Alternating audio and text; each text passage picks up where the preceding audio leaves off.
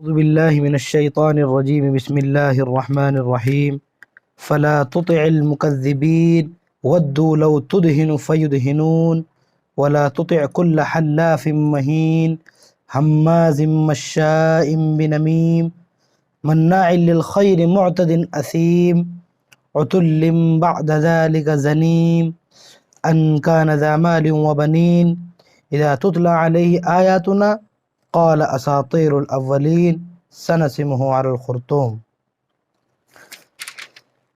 دیکھیں یہاں سے جو ہے تذکرہ شروع ہو رہا ہے اور اللہ تعالیٰ جو ہے نبی کریم صلی اللہ علیہ وسلم کو مخاطب کر کے کہہ رہے ہیں، صبر و استقامت کی تلقین کر رہے ہیں اللہ تعالیٰ۔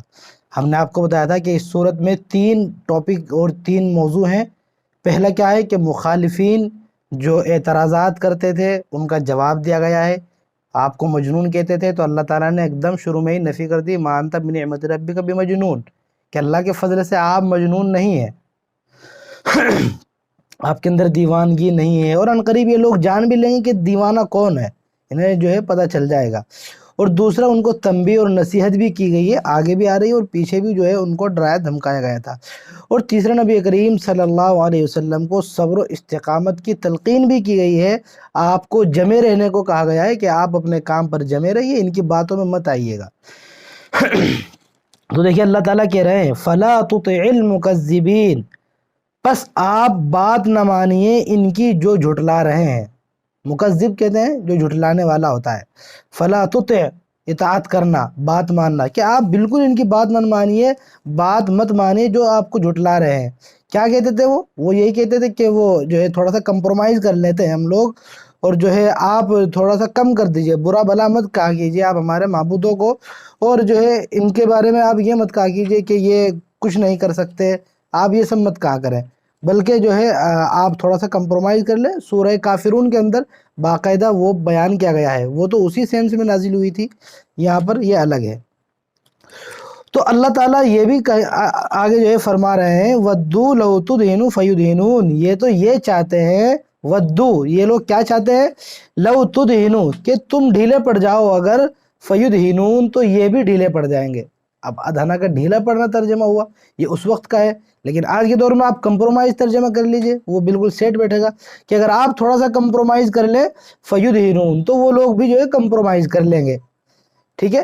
تو جو ہے وہ یہ چاہتے ہیں، اللہ تعالیٰ کہہ رہے ہیں آگے وَلَا تُطِعْ كُلَّ حَلَّافٍ مَّهِينٍ، کہ بالکل ایسے شخص کی باتوں میں نہ آنا کہ جو بہت ہی قسمیں کھاتا ہے۔ حلاف فعال، یعنی اس میں مبالغہ یہ گرامر میں ہوتا ہے، عربی گرامر میں ہوتا ہے، جو فعال، حلاف، اس ٹائپ کے جو بھی ورڈ آتے ہیں تو اس میں جو ہے میننگ ہوتا ہے بہت زیادہ قسمیں کھانے والا۔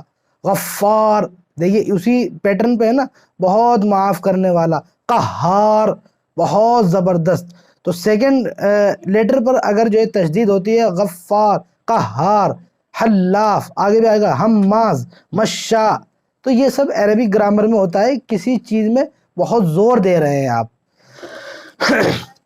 تو یہاں سے جو ہے اللہ تعالیٰ نے اشارہ کیا ہے ایک شخص کی جانب، جو ہے تفسیر میں اور جو ہے روایتوں میں آتا ہے کہ وہ ولید ابن مغیرہ تھا، ٹھیک ہے۔ ولید ابن مغیرہ بہت بڑا جو ہے اسلام کا مخالف، اور طرح طرح کے دیکھی کیا کیا تانے دیتا تھا اور کیا کیا اس کی برائیاں تھی۔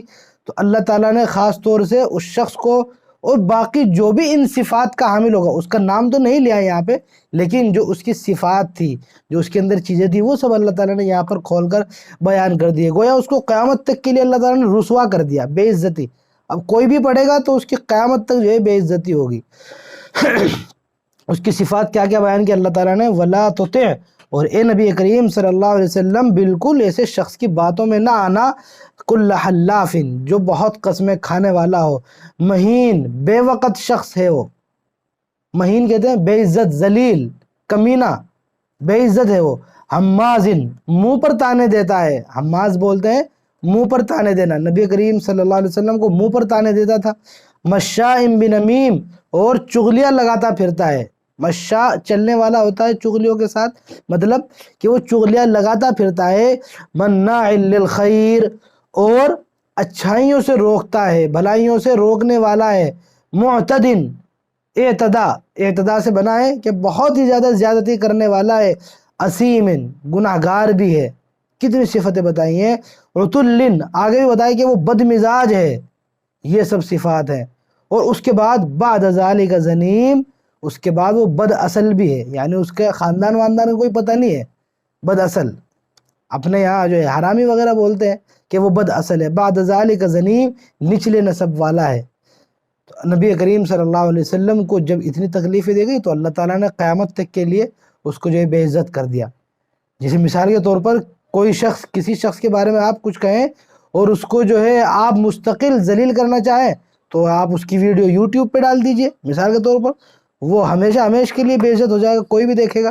تو اللہ تعالیٰ نے گویا اس شخص کی جو صفات تھی وہ اللہ تعالیٰ نے قرآن میں اپلوڈ کر دی ہیں، سب کو بتا دیا کہ سب کو، پوری دنیا کو اب پتہ چل جائے کہ یہ شخص ایسا تھا۔ تو یہ گھنی بے عزتی ہے، بہت ہی زیادہ۔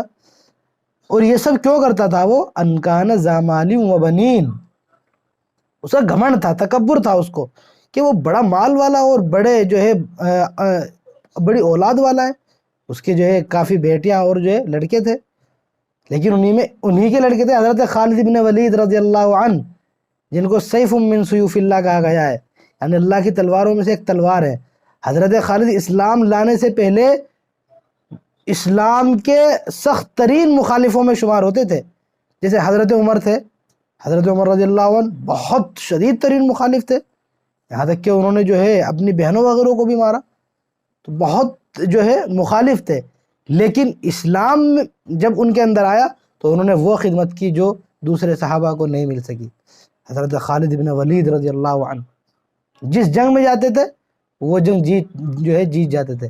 تو ولید ابن مغیرہ اسی جو ہے انہی کے خالد ابن الولید لڑکے تھے۔ تو اس کو گھمنڈ تھا اپنے بال بچوں کا اور مال کا، اس لیے وہ یہ سب چیزیں کرتا تھا۔ یہ بھی مفہوم ہو سکتا ہے، اور دوسرا یہ بھی مفہوم ہو سکتا ہے کہ جو نبی کریم صلی اللہ علیہ وسلم کو کہا جا رہا ہے کہ آپ ان کی بات مت ماننا، یہ سوچ کر کہ وہ مال و اولاد والا ہے۔ بعض مرتبہ کیا ہو جاتا ہے، انسان جو ہے تھوڑا بھاؤ دیتا ہے اس کو کہ جس کے پاس تھوڑا روپیہ پیسہ اور جاہ و جلال ہو اور بڑا سیٹھ ٹائپ سے ہو، تو آدمی اس کی بات مانتا ہے کہیں نہ کہیں۔ آدمی کوئی بھی کام کر رہا ہو لیکن اس کو نارمل کوئی آدمی سمجھائے تو ظاہر سی بات ہے وہ ان کو کچھ نہ کچھ جواب دے گا۔ لیکن کوئی بڑا آدمی آ جائے، کوئی جو ہے سیٹھ آ جائے گاؤں کا یا جو ہے شہر کا کوئی بڑا آدمی آ جائے اور وہ اگر اسے کہے تو وہ تھوڑا کہیں نہ کہیں اس کو ویلیو دیتا ہے ذرا سی۔ تو لیکن نبی کریم صلی اللہ علیہ وسلم کو منع کر دیا گیا صاف ایک دم کہ یہ سوچ کر کہ یہ بڑے جو ہے مال اولاد والا ہے آپ ان کی بات مانیں، ایسا کبھی نہیں ہونا چاہیے۔ آپ حق پر ہیں، حق پر رہیے، آپ بالکل اصل حق پر ہیں۔ اذا تتلی علیہ آیاتنا، اور یہ کیسا شخص ہے جب اس پر ہماری آیتیں پڑھی جاتی ہیں، تلاوت کی جاتی ہیں، قال، تو کیا کہتا ہے؟ اساطیر الاولین، ارے یہ تو جو ہے پہلے لوگوں کی کہانیاں ہیں، من گھڑت کہانیاں ہیں، یہ سب کیا جو ہے ہم سے بیان کر رہے ہو، یہ سب پہلے لوگوں کی آیتیں ہیں۔ اب اللہ تعالیٰ کہہ رہے ہیں سنسمہ علی الخرطوم، ہم اس کو رگڑ کر رکھ دیں گے، اس کی سونڈ پر ہم داغ لگا دیں گے۔ سونڈ کا ہے، اس کی ناک جو ہے، ناک کو سونڈ کا ہے، مثال کہ جو ہے خاک میں مل گئے، اردو میں کیا ہوتا ہے کہ خاک میں مل گئے مطلب بے عزت ہو گئے۔ اب خاک میں ہے نہیں کہ خاک کے معنی مٹی کے آتے ہیں فارسی میں، کہ وہ مٹی میں جا کر مل گئے، اس کے اوپر مٹی لگ گئی، تو ایسا تو نہیں ہوتا نا، بلکہ وہ ایک محاورہ ہوتا ہے جس سے مراد یہ ہوتا ہے کہ بھئی بے عزت ہو گئے، ہماری ناک تم نے جو ہے بالکل کاٹ کے رکھ دی، ناک کاٹ کے رکھ دی، یار تم نے ہماری ناک کٹوا دی، سمجھ گئے؟ تو ناک کٹوا دی مطلب یہ نہیں کہ وہ آپ کی ناک کاٹ دی گئی، بلکہ یہ ہوتا ہے کہ وہ ہماری بے عزتی کروا دی گئی۔ تو اللہ تعالیٰ کیا کرے، ہم اس کی سونڈ پر داغ لگا دیں گے، یہ نہیں کہ اس کے سونڈ ہے اور اللہ تعالیٰ اس پر داغ لگائیں گے، مطلب کیا ہوا کہ اللہ تعالیٰ اس کو رسوا کریں گے۔ اس کی ناک کو ناک بھی نہیں کہا بلکہ سونڈ کا ہے، سونڈ، کہ یہ سونڈ لیے پھر رہا ہے۔ جیسے کوئی آدمی تھوڑا موٹا ہو، ایک تو اسے موٹا گئے اور ایک آپ اسے سانڈ گئے، تو ظاہر سی بات ہے کہیں نہ کہیں اس کی بے عزتی ہے اس میں زیادہ۔ تو اسی طرح بالکل یہ ہے کہ جو ہے خرطوم، کہ اس کی ناک ہے لیکن اس کو سونڈ سے تعبیر کیا، تو گویا بے عزتی کر رہے ہیں اللہ تعالیٰ۔ تو جتنے بھی الفاظ ہو سکتے ہیں اس کی انسلٹ کے، بے عزتی کے، اللہ تعالیٰ یوز کر دے تاکہ لوگوں کو پتہ چلے کہ ایسا شخص جو نبی کریم صلی اللہ علیہ وسلم کا مخالف ہو اور بات نہ مانے اور یہ کہے کہ یہ پہلے لوگوں کی باتیں منہ پر تانے دیتا ہو اور جو ہے چغلیاں کرتا پھرتا ہو اور اسے یہ گھمنڈ ہو کہ میرے پاس مال و اولاد ہے اور جو ہے بال بچے زیادہ ہیں. عام طور سے زیادہ جو بال بچے والا ہوتا ہے وہ بھی بہت گھمنڈ میں رہتا ہے. کسی آدمی کے جو ہے 7 8 یا 10 بیٹے ہیں تو وہ بڑی اس میں رہتا ہے کہ جو ہے ہمارے پاس 10 بیٹے. کسی کے پاس ایک ہی لڑکا ہو تو ظاہر سی بات ہے وہ اس میں وہ کانفیڈینس نہیں ہوگا جو ایک 10 بیٹوں والے باپ کے اندر ہوتا ہے. تو بعض مرتبہ انسان گھمنڈ اس لیے بھی کرتا ہے کہ اس کے پاس بچے ہیں کافی سارے اور جو ہے مال ہوتا ہے تو ظاہر سی بات انسان گھمنڈ کرتا ہی ہے. تو اللہ تعالیٰ اس کا بتا رہے کہ ہم جو ہے نا اس کی سونڈ پر داغ لگا کر اس کو جو ہے قیامت کے دن دیکھنا کتنا ذلیل و رسوا کریں گے ہم اس کو. اب آگے جو ہے بیان فرمایا جا رہا ہے انا بلوناہم کما بلونا اصحاب الجنہ. کفار مکہ عام طور سے کیا سمجھتے تھے؟ وہ یہ سمجھتے تھے کہ بھائی ہمیں اللہ تعالیٰ اتنا اچھا کھانے پینے کو دے رہا ہے، ہمیں مال و دولت اللہ نے اتنی دے رکھی ہے، سب چیز سے اللہ نے نواز رکھا ہے، اور یہ کہہ رہے ہیں نبی کریم صلی اللہ علیہ وسلم کہ تم اللہ کی بات نہیں مانتے تو اللہ تعالیٰ تم پہ غصہ ہو جائے گا. بھئی اگر اللہ ہم سے غصہ ہوتا تو یہ سب نعمتیں کیوں ملتی، ہمیں کھانے کو کیوں وہ جو ہے کیوں دیتا؟ تو کہیں نہ کہیں ان کے دماغ میں یہ بات چل رہی تھی کہ ہمیں جو نعمتیں مل رہی ہیں اس کا مطلب ہم بالکل ٹھیک چل رہے ہیں، اللہ تعالیٰ ہم سے خوش ہیں، کس ٹینشن لینے کی ضرورت نہیں ہے. تو وہ یہ سمجھتے تھے. تو اللہ تعالیٰ دیکھیں یہاں پر مثال دے رہے ہیں کہ ایسا کوئی مسئلہ نہیں ہے، یہ آپ کی غلط فہمی ہے. ہم تو کھانے کو سب کو دیتے ہیں، اگر ہم کھانے کو نہ دیں کہ جو ہماری بات نہ مانے تو وہ منٹوں سیکنڈوں میں ہزاروں لوگ جو ہے موت کا جو ہے لقمہ بن جائے. تو اللہ تعالیٰ نے مثال دے انا بلوناہم کہ ہم نے ان کو آزمایا ہے، یعنی ان کو جو مال و دولت دی ہے اس کا مطلب یہ نہیں ہم ان سے خوش ہو گئے بلکہ ہم نے ان کو آزمایا ہے. اللہ تعالیٰ آزماتے ہیں، مال دے کر بھی آزماتے ہیں، اولاد دے کر بھی اللہ تعالیٰ آزماتے ہیں. بلکہ ہماری زندگی ہی کیوں ہے، ہم کو اللہ نے زندگی ہی کیوں دی، یہ تو پوری کی پوری آزمائش ہے نا. سورہ ملک میں سب سے شروع میں ہم نے کلیئر کیا تھا الذی خلق الموت والحیات لیبلوکم ایکم احسن عملا، تاکہ آزمائے امتحان لے، تو ہر چیز کا امتحان ہوگا. تو اللہ کہہ رہے ہیں ہم نے ان کو آزمایا کما بلونا اصحاب الجنہ. اب ان کو سیدھا سیدھا سمجھ نہیں آ رہا تھا، بالکل 1000 بار بتا دیا اللہ تعالیٰ نے کہ بھائی جو ہے ہم آپ سے جو آپ اللہ کی عبادت کرو، لیکن سیدھا سیدھا ان کو سمجھ نہیں آ رہا تھا. تو اللہ تعالیٰ کو یہاں ایگزامپل دینی پڑی. تو اللہ تعالیٰ نے یہاں پر ایک ایگزامپل دے، اسٹوری بتائی ہے. گویا اسٹوری بتانے کا مطلب خالی انفارمیشن دینا نہیں ہے، اسٹوری بتانا نہیں ہے، بلکہ مقصد یہ ہے کہ اس طرح سمجھ لو کہ جس طرح ہم نے ان کے ساتھ کیا سلوک کیا تو آپ کے ساتھ بھی ہو سکتا ہے. اب اسٹوری دیکھیے کیا ہے. سب سے پہلے دیکھ لیجیے انا بلوناہم، ہم نے ان کو آزمایا، اہل مکہ کو آزمایا ہے ہم نے مال و دولت دے کر. یہ نہ سمجھے کہ اللہ ہم سے خوش ہے. کما بلونا اصحاب الجنہ، جس طرح کے ہم نے آزمایا تھا باغ والوں کو. باغ والے یعنی ایک شخص کا باغ تھا، بہت بڑا باغ تھا، تو ظاہر سی بات ہے وہ اس کو اچھے کاموں میں خرچ کرتا تھا. اس کی جو پیداوار ہوتی تھی اس میں غریبوں کا، فقیروں کا، مسکینوں کا بھی حصہ تھا، ضرورت مندوں کا، محتاجوں کا، سب کو وہ حصہ دیتا تھا. لیکن وہ باپ کا انتقال ہو گیا تو وہ بچے ظاہر سی بات ہے اس کے وارث ہوں گے. تو بچے آپس میں کیا کرتے تھے، وہ یہ کہتے تھے کہ وہ ہمارا باپ وہ مال لٹاتا رہتا تھا، سارا ضائع کر دیا مال ہمارا، ہم تو بالکل نہیں دیں گے، یہ سب فقیر میں محتاج و مسکین آتے ہیں ہمارے باغ میں، ہم تو بالکل نہیں دیں گے. تو بیٹوں کا یہ حال ہو گیا تھا. تو انہی بیٹوں کے بارے میں، باپ کے بارے میں نہیں ہے کہ اذ اقسموا، کہ جب انہوں نے قسم کھا لی تھی لیصرمنھا مصبحین، کہ وہ اس باغ کو صبح صبح توڑ لیں گے. دیکھیے اب یہ نہیں پوری سٹوری آپ کو بتائی جائے گی کہ انہوں نے باغ لگایا تھا، پھر اس باغ میں پانی دیا تھا، پھر وہ اس کے پھل پک گئے تھے اور پھر انہوں نے آپس میں مشورہ کیا، تب انہوں نے کہا کہ اس کو توڑیں گے. اس سب کی ضرورت نہیں ہے، اسکپ کر کر کے اللہ تعالیٰ گویا بتائیں گے. تو جو ہے اسٹوری اسکپ ہو گئے بیان کریے. جیسے آپ کوئی واقعہ بتائیے، آپ ویڈیو بنائیں گے 50 جو ہے آپ 1 گھنٹے کی ویڈیو بنائیں گے، لیکن اسی ویڈیو کو آپ پھر ایڈیٹنگ کر کے 10 یا 15 منٹ میں آپ پیش کریں گے لوگوں کے سامنے. جو مین پوائنٹ ہے وہی تو آپ بتائیں گے نا، کیونکہ آپ سمجھیں گے کہ وہ 1 گھنٹے کی اسٹوری کون سنے گا بھائی، تو کوئی نہیں سنے گا. لوگ زیادہ دیکھنا پسند کرتے ہیں حد سے 10 منٹ کی ویڈیو. تو آپ جو ہے اسٹوری بتائیں گے تو اس کو آپ بہت شارٹ کریں گے. تو وہی اللہ تعالیٰ اس کو شارٹ کر رہے ہیں بہت ہی، تو اس میں پوری تفصیل نہیں ہے.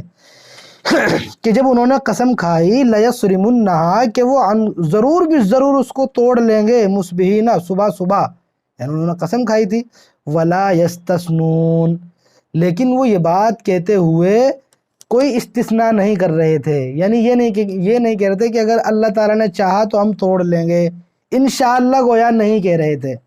یہاں سے آپ کو انشاءاللہ کی اہمیت معلوم ہوگی کہ انشاءاللہ کی کیا اہمیت ہے۔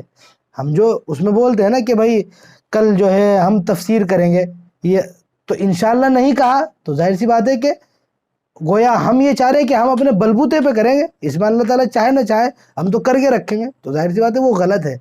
تو وہی بیان کیا جا رہا ہے ولا یستثنون، اور وہ انشاءاللہ آپ یہ سمجھ کے چلیے، اور وہ انشاءاللہ نہیں کہہ رہے تھے، یہ آپ ترجمہ اس کا کر لیجئے، اور وہ انشاءاللہ نہیں کہہ رہے تھے، انہوں نے یہ نہیں کہا فطاف علیہا طائف، تو کیا ہوا، اس پورے کے پورے باغ پر ایک وبا آئی، من ربک، تمہارے رب کی طرف سے، وہم نائمون، وہ تو سوئے ہوئے تھے، وہم نائمون، سب سو رہے تھے پڑے ہوئے، ایک وبا آئی، جو بھی آیا ہوگا تو اس سب نے جو ہے تہس نہس کر دیا، وہ پورے باغ کو ختم کر دیا۔ ہوتا ہے ایسا، اللہ تعالیٰ پوری کی پوری فصل تباہ و برباد کر دیتے ہیں، پوری فصل ختم ہو جاتی ہے۔ بعض مرتبہ کیا ہوتا ہے، اولے اتنے زیادہ پڑ جاتے ہیں کہ پوری فصل تباہ ہو جاتی ہے، بعض مرتبہ آندھی چل جاتی ہے، اس میں جو ہے ظاہر سی بات ہے آم کی فصل جو ہے بالکل خراب ہو جائے گی، اولوں سے بھی خراب ہو جاتی ہے۔ گیہوں ہوتے ہیں، گیہوں وغیرہ اولے پڑ جائیں تو گیہوں سب جو ہے خراب ہو جائیں گے، بھس تک بھی نہیں ملے گا، جو اس کا بھوسا ہوتا ہے وہ بھی نہیں ملے گا اس میں۔ تو آفات اللہ تعالیٰ چاہیں تو ایک منٹ کے اندر، بعض مرتبہ ٹڈیاں آتی ہیں، ٹڈیاں ابھی جو ہے کچھ دنوں پہلے بھی چلی تو وہ پورا کا پورا جنگل ختم کر دیتی ہیں۔ تو اس میں کیا ہوا، ان کا جو باغ تھا ان پر بھی کوئی آفت آئی جب وہ سو رہے تھے، فَأَصْبَحَتْ كَالصَّرِيمِ، تو ان کا وہ باغ ہو گیا کٹی ہوئی فصل کی طرح، مطلب وہ بالکل پکا ہوا باغ تھا، وہ سوچ رہے تھے کہ صبح توڑیں گے لیکن وہ بالکل ختم ہو گیا۔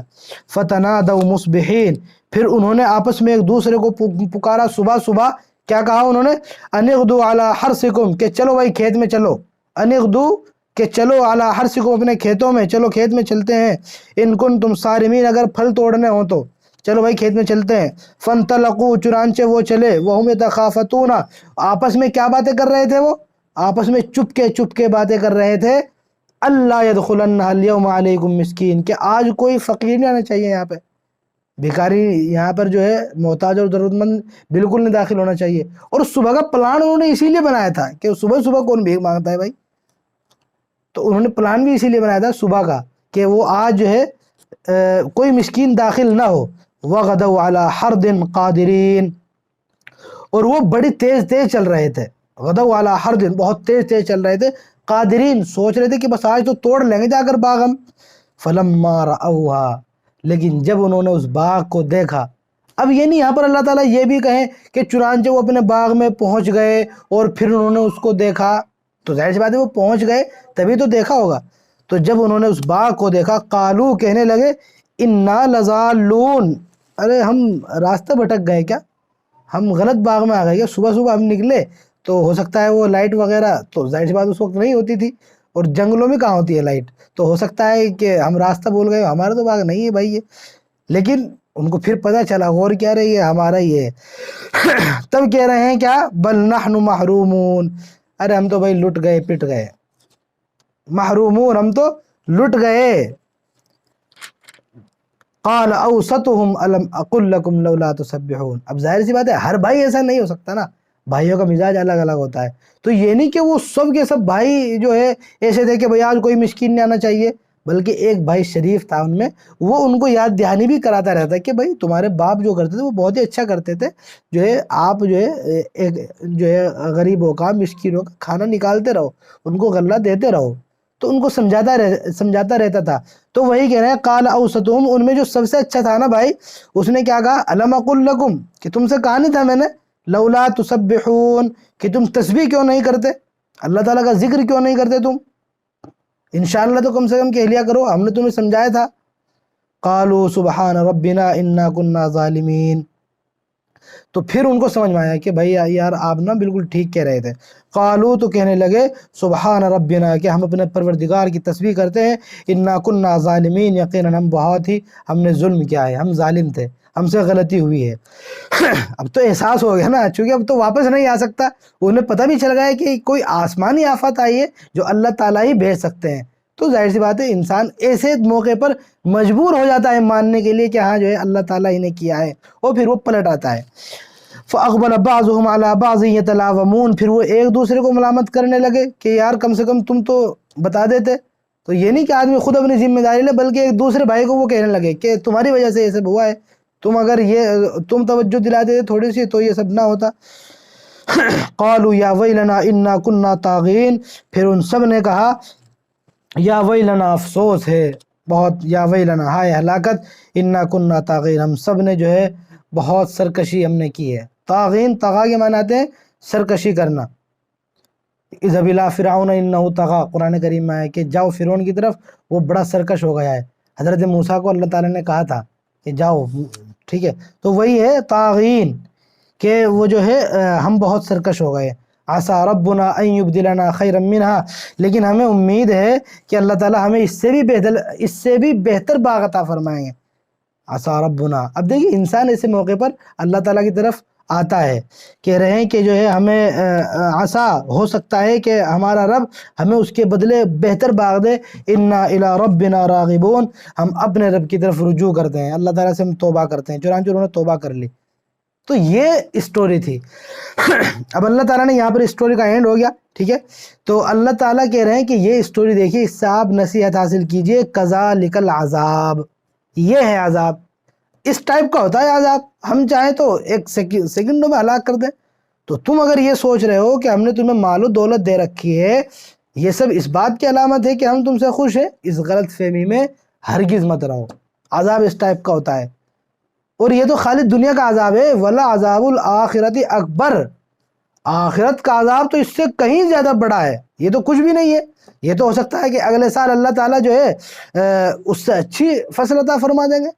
انسان کا باغ ختم ہو جائے, تباہ و برباد ہو جائے, اللہ چاہے تو وہ اگلے سال بہت ہی زیادہ باغ آئے, یا اس پر پھل اتنے نہیں آئے لیکن ریٹ بڑھ جائے, مارکیٹ میں ریٹ بڑھ جائے پھلوں کا, تو وہی ایوریج آ جاتا ہے. تو یہ دنیا میں تو اس کی پورتی ہو جاتی ہے, انسان اس کو جو ہے مینیج کر لیتا ہے. قیامت کے دن کہاں سے مینیج کرے گا, نہیں کر سکتا. وہاں پر ایک بار جو ہے سب لٹ پٹ گیا تو وہ انسان تباہ و برباد ہو گیا, دوبارہ اس کو موقع ہی نہیں ملے گا کرنے کا. تو وہی کہہ رہے اللہ تعالیٰ وَلَعَذَابُ الْآخِرَةِ اکبر, کہ آخرت کا عذاب یقیناً بہت ہی بڑا ہے.